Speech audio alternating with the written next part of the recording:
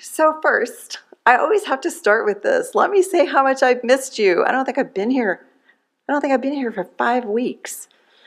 I think about you all the time, and then when I get to start shaping the sermon, then I'm really thinking about you for hours as I sit there musing at the computer and taking walks in the neighborhood and just pondering how to make it all relevant for you.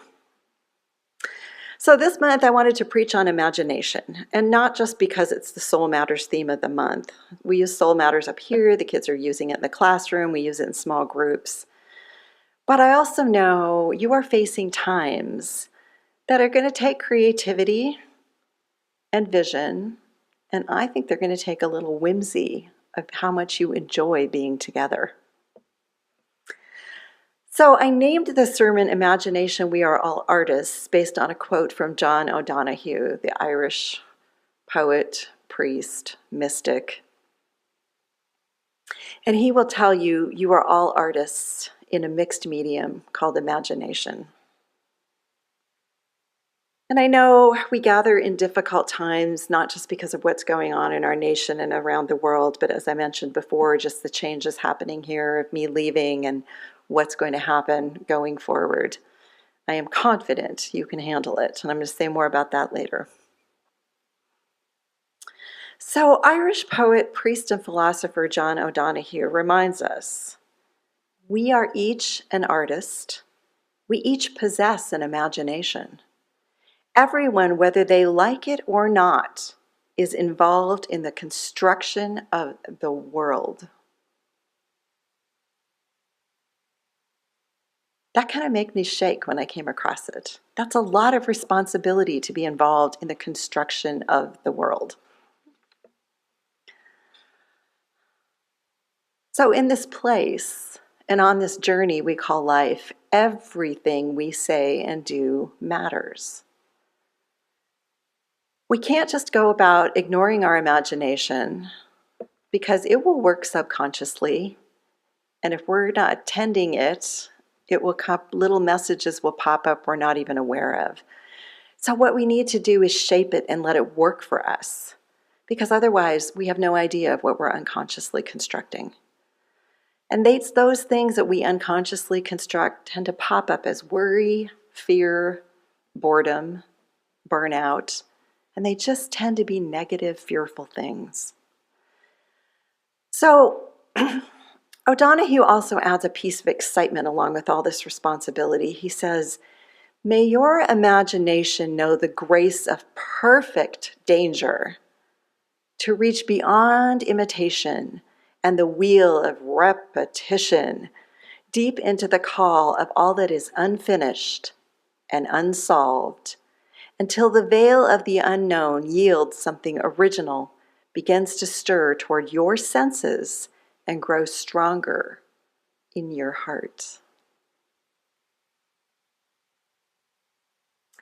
Such imagination is described in a true story that's told like a parable. And I would bet a third of you have heard this before. And it's about Christopher Wren, who lived in the 16th and 17th centuries, and he was an English architect. He was also a mathematician and a scientist. He is remembered for designing 51 churches in his lifetime, but he's the most known for rebuilding St. Paul's Cathedral after a devastating fire ripped through London, and I think it was in 1661 or thereabouts, leveling a good deal of London, and the cathedral was badly damaged. So that story later becomes a parable, and it begins in the rebuilding of the cathedral. So Wren is walking to work, and he sees some men gathered over by some scaffolding.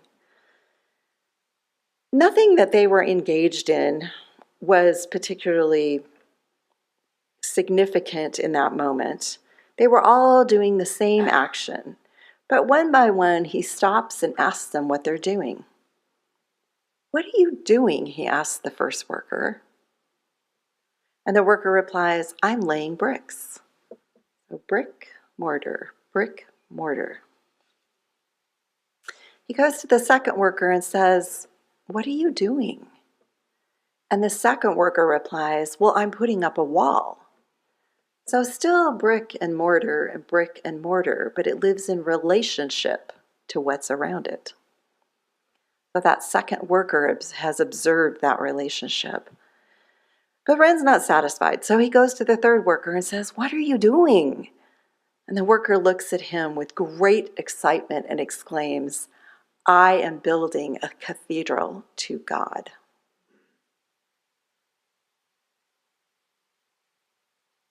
So that story, that parable, demonstrates the bold expanse of imagination. This is a humble man building a cathedral to God, which in the 1600s, God is way out there. God is not so transcendent as we think of God as Unitarian Universalist transcendentalists. God is way out there, and this humble man is building a cathedral that bridges the two.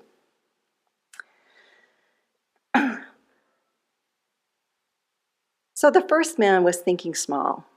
It was an important task to lay bricks properly. And the second man could see it as relational. But it was the third one who had the imagination that his hands are engaged in bringing this connection between humans on earth and God in heaven. So Unitarian Universalist minister Dr. Sandra Fees observes this parable in terms of the difference between being our everyday being mired down in the mundane and being inspired by the sublime. She explains, to hold out that larger vision requires exercising imagination. It means seeing what is not yet there and possibly never will be. Having a vision is sometimes described as this intentional practice of imagination. Bringing the practice, and notice I'm calling it a practice. It doesn't just floaty happen. Well, I mean, it does. But when we engage it as a practice, make room for that in our regular routine, we get to see possibilities. It's an intentional time of bringing in what we can do to motivate and inspire us. And particularly when we feel bored, challenged, discouraged, or beleaguered. So I thought we might just take a little experimental time this morning so that you have a little spiritual practice you can take home. And this is Richard Rohr's concept of an Imaginarium. So the word imagination literally means making an image. But Rohr says mature spirituality, and Richard Rohr is a Christian, but I mean spirituality with or without God. He insists that we hold out for meaning instead of merely settling for answers. It's the UU bumper sticker. We have questions for all your answers. And doesn't that fit perfectly in with Unitarian Universalism? Rohr's idea, hold out for meaning. You're using your imagination to find the meaning instead of just the simple on the surface answer. So we're going to create our own little Imaginarium in our minds this morning. You're going to make an image. We might think of that as a photograph or a piece of art, but it can be anything. So close your eyes and see if you find something new. Now, first I want you to think about, because this is what you're going to take for your spiritual practice during the week, I want you to think about places where you do your best imagining already. Are you walking on a trail or a sidewalk? With or without dog? At the beach, where water and sky remind us of endless possibilities? I do great imagining at Glen Lake. Are you sitting on your back porch or deck and watching the butterflies and the hummingbirds flitting by? Are you screening out the magpies and the mockingbirds, or are you letting them talk to you?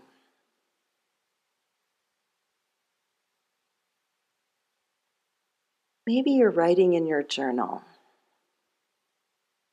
taking a photo,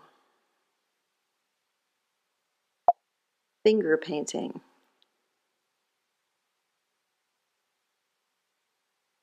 Maybe you're doing some imagining right here in our Sunday worship place. Maybe you're imagining on Sunday morning. Maybe you are one of the groups that's meeting during the week and imagining a new future.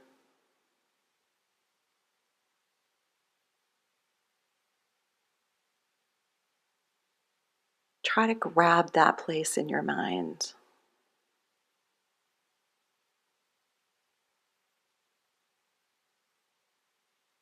What do you want to imagine for your next week?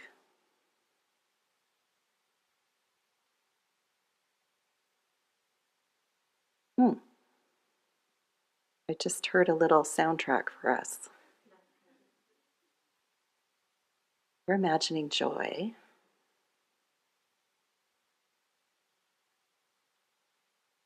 You're imagining the delight of being together.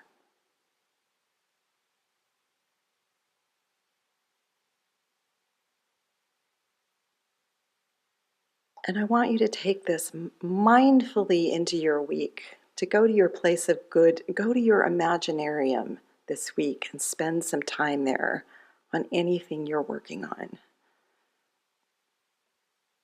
You can flutter your eyes open if you're ready. I've just especially been thinking lately about religious community is an Imaginarium, and not just because it's my job, but it's really close to my heart because I know I'm leaving, and I know we're imagining what that looks like. What do those next steps look like? But when we're in religious community, we come together to model and embody a new way of thinking and being. We imagine a world or a community that is kinder, it's more inclusive, where we are sustained, and where love is at the center of our actions and our thoughts. We are going to be in Imaginarium next Saturday at our table at the Pride event. We are imagining a different world without hate toward LGBTQ people. And there is a lot of responsibility in our imagining, as was mentioned before. You can't just go about letting it just do its thing. Be conscious with it. Be mindful. In the past couple of weeks, I have also been imagining, just because of the news, I have been imagining a world in which a 29-year-old FedEx worker, Tyree Nichols, would not have been beaten by the police and die a few days later of brain damage. I'm also imagining 3 officers being held accountable instead of a verdict of not guilty. Officers that were already found guilty of excessive use of force causing injury in federal court and were found guilty of witness tampering. I'm also imagining a world where his family and community would have had these officers held to accountability at a local level by a jury of their peers. I'm imagining at the 5-year mark of the murder of George Floyd that we don't have to have that happening again.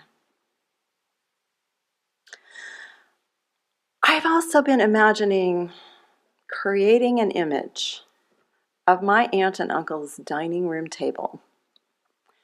My uncle died in January and my aunt died just a few weeks ago. They were 102 and 101 respectively. They did not have children, so they functionally adopted my brothers and me, and they didn't live that far from us. And one of the biggest childhood treats I remember, we would ride our bikes over to their house. When I say they lived close to us, I guess it really was 6 miles. We would ride our bikes over, and my aunt would make banana splits for us, and then we would ride back. I spent summers with them. We took us on vacations. They were my second set of parents. So every time I'm over there cleaning out that condo, I keep looking at that dining room table. It's a Dania teak table. There's nothing truly special about it, although I like how simple it is. And I started to think the other day that I have spent almost every Christmas, Thanksgiving, Easter and fall birthday celebration at that table. There are years I don't remember, but there are photos of little teeny me sitting in my mom's lap at that table. So now I'm imagining what happens with that table next.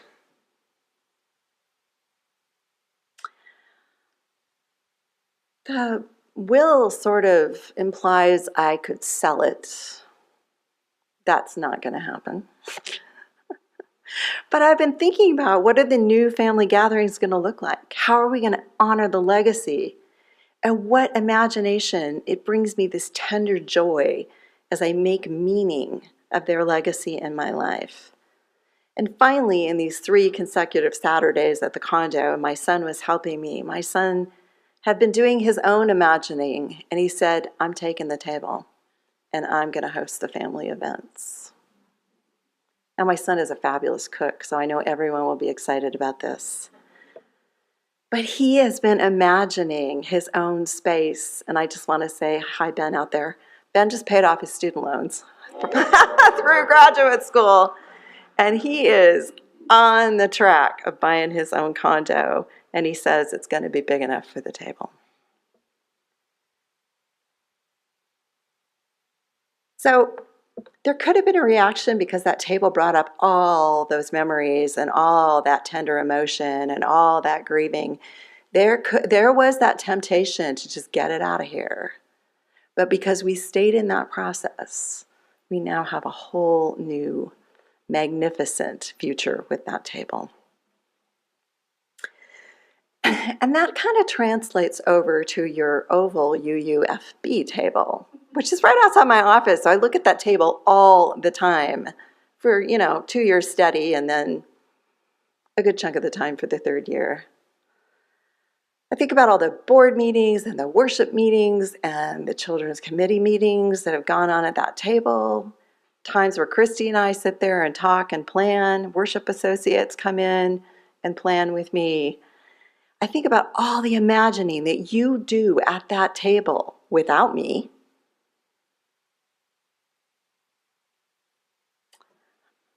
I also think about how recently you are still coordinating great worship that provides an opportunity for growing and for grieving and for deep thinking.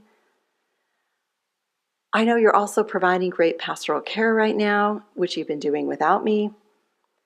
The children's program is kind of restructuring itself, but we've got a lot of good ideas going on in there that I can't take any credit for.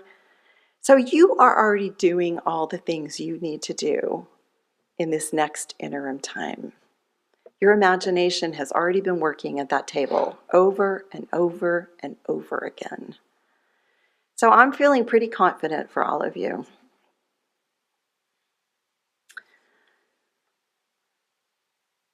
But we still, well, not we, won't be me anymore. You still need to be creating that image in your Imaginarium here, because I want you to spend some time thinking about, what does your cathedral look like?